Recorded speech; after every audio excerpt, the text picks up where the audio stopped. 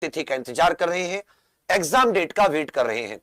तो इसी बीच में बहुत सारे बच्चों की एक क्वेरी थी कि भैया हम लोग फिजिकल कब से स्टार्ट करें, क्योंकि बीच में जब इसमें हमें समझ में आ गया था कि जब ये भर्ती दिसंबर में आई, जनवरी में की एग्जाम जल्दी लेने वाले हैं, तो हमने ये कहा था कि भाई अभी आप फिजिकल पे उतना गौर मत कीजिए, अभी आप पढ़ाई लिखाई पे गौर कीजिए, फिजिकल के लिए समय मिलेगा और इतना भारी फिजिकल नहीं है कि आप लोग मतलब इसके लिए हुसैन बोल्ट से तैयारी करनी पड़े। तो वो मतलब बच्चों ने फिजिकल कम किया, लेकिन अब हमारे पास समय है तो हमें थोड़ा सा लगता है कि फिजिकल की तरफ भी ध्यान देना चाहिए, क्योंकि भर्ती जब इसका री एग्जाम होगा उसके बाद में रिजल्ट आने में और उसके बाद में साथ ही डॉक्यूमेंट वेरिफिकेशन और फिर दौड़ होने में ज्यादा समय शायद ना मिले। तो हल्की फुल्की एक्सरसाइज, कम से कम स्टेमिना बनना, ये तो आपका अभी से शुरू हो जाए। तो साथियों मैं आपको शारीरिक दक्षता और शारीरिक मानक दो परीक्षाएं ध्यान दीजिएगा। शारीरिक मानक का मतलब होता है आपकी जो लंबाई होती है, पुरुषों की लंबाई और चेस्ट का मापन, महिलाओं की लंबाई और महिलाओं के वजन अर्थात वेट का मापन होता है। फिजिकल एफिशिएंसी दक्षता का मतलब है दौड़, कि आप दौड़ भाग में कितने तेज है।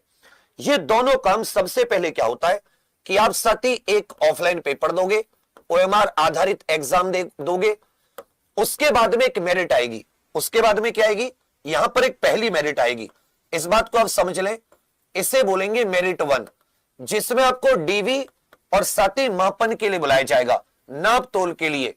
तो आपका पहले डॉक्यूमेंट वेरीफाई होंगे, उसमें ऐसी मतलब पूरा वो ग्रुप बैठा रहता है, बोर्ड बैठा रहता है, आप सब लोग जाते रहते हैं अपने फाइल में अपने, उसमें आपके फॉर्म डॉक्यूमेंट, भाई आपने 10वीं 12वीं कैसे किए सब, और वही आपकी चेस्ट का मापन, और वो मशीन होती है हाइट का मापन, पहले हाइट का मापन होता है फिर चेस्ट का मापन, पहले एक सिंपल फिर साथ ही फलाव के साथ। इसी तरह जब महिलाएं जाती हैं तो महिलाओं की हाइट का मापन होता है और महिलाओं के वेट का मापन होता है, पुरुषों के वेट का मापन नहीं होता।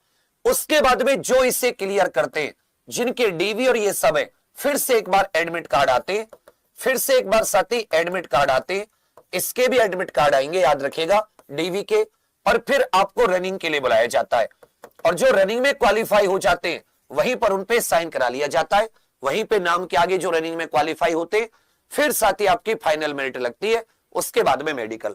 तो यहां पर आप समझेंगे, पहले आप महिला और पुरुषों की हाइट वगैरह समझ लीजिए। यदि आप जनरल ओबीसी या एससी समुदाय से हैं तो पुरुषों की हाइट 168 सेंटीमीटर, महिलाओं की height general OBC SC 152 centimetre. यदि आप पुरुष एसटी समुदाय से 160, महिला एसटी समुदाय से हैं 147। इसी प्रकार पुरुषों के चेस्ट का मापन जनरल ओबीसी एससी के लिए 79 सेंटीमीटर, एसटी के लिए 77 सेंटीमीटर और न्यूनतम 5 सेंटीमीटर का फलाव होना चाहिए। ठीक है भैया। जबकि महिलाएं जो होती हैं उनका साथी किसी भी कैटेगरी में हो, न्यूनतम कम से कम 40 किलो वजन होना चाहिए। अगर कतई 40 किलो से कम हुआ तो बेटी आप कल को चोर डकैतियों को कैसे पकड़ोगे, चोरनियों को और डकैतियों को। आजकल महिलाएं भी खूब अपराध कर रही हैं, किसी गांव में कहीं पर कोई झगड़ा फसाद हो गया, कहीं पर किसी और प्रकार का अपराध हो गया, मर्डर वर्डर हो गया, किसी महिला ने मर्डर करा दिया, तो फिर तुम कैसे उसको पकड़ोगे अगर तुम 40 किलो से भी कम की हुई। तो बेटी पुलिस वाली हो तुम, तुम्हें तगड़ा वजनदार कि एक गुच्छ मार दिया मतलब घूसा मार दिया तो जो अपराधी है वो बैठ जाए। मतलब ऐसे नहीं कि अपराधी वो तगड़ी सी कोई गांव की महिला अपराधन तुम उसे पकड़ने गए और तुम्हें पकड़कर वो भगे जा रही है खेतों की ओर को, तुम पे वो रुक नहीं रही, तो ऐसी पुलिस वाली बनने का क्या फायदा बेटी। इसलिए वजन पे विशेष गौर करना, 40 से कम हुआ तो मुश्किल है, इसलिए खाओ पियो दूध दही खूब बढ़िया वजन, और उतना भी मत कर लेना कभी तुम्हें धक्का मार के उठाना पड़े। मतलब ऐसा होना चाहिए, देखो कि भाई तुम उत्तर प्रदेश पुलिस की एक महिला पुलिस वाली हो, मतलब लगे और वाइब्स हो बेटा कुछ ऐसी मजबूत। ठीक है, चलिए आगे आ जाते हैं। अब जैसे आप डॉक्यूमेंट, यहां पे डॉक्यूमेंट वेरिफिकेशन भी साथ ही होगा, इसी के साथ साथ डीवी भी होगा, याद रखिएगा। फिर आपके डॉक्यूमेंट वगैरह सब कुछ सामने एक ऐसी लिस्ट लग जाएगी कि लोग क्लियर किए, ये लोग क्लियर नहीं किए, ये लिस्ट लगते है, उसे लिस्ट देख के आगे कि हाँ जी हमारा सब कुछ क्लियर है। उसके बाद में फिर 3-4-5 दिन के बाद में, ज्यादा समय नहीं मिलता है डॉक्यूमेंट वेरिफिकेशन और रनिंग में, 4-5 दिन का समय, 3-4 दिन का समय मिलता है। तो फिर आपके एडमिट कार्ड अपलोड होंगे, उस एडमिट कार्ड को आप निकालोगे तो आप क्या चले जाओगे दौड़ के लिए। ऐसे छाती पे चेस्ट नंबर से बांध दिए जाएंगे और तुम्हें मैदान में खड़ा कर दिया जाएगा 100-200 को एक साथ। 100 से 150 हो सकता है, कम भी हो, 75 से 100 भी हो सकते हैं, क्योंकि ये वैकेंसी 60,244 है। तो इसमें लाखों की संख्या में 1.5-2 लाख बच्चे बुलाए जाएंगे डॉक्यूमेंट वेरिफिकेशन। उसके बाद में दौड़ भाग के लिए डॉक्यूमेंट वेरिफिकेशन में बहुत कम बच्चे फेल होते हैं। हाँ, कुछ लोग हाइट वगैरह में, तो वो कुछ जैसे हाइट कम है, लड़कों की 168 से, लड़कियों की 100 जो साथी 52 से, तो वहां पे कई लड़के आपको ऐसे मिलेंगे चांद में इंटोरा मार रहे होंगे कि चांद सूझ जाए, बड़ी हो जाए।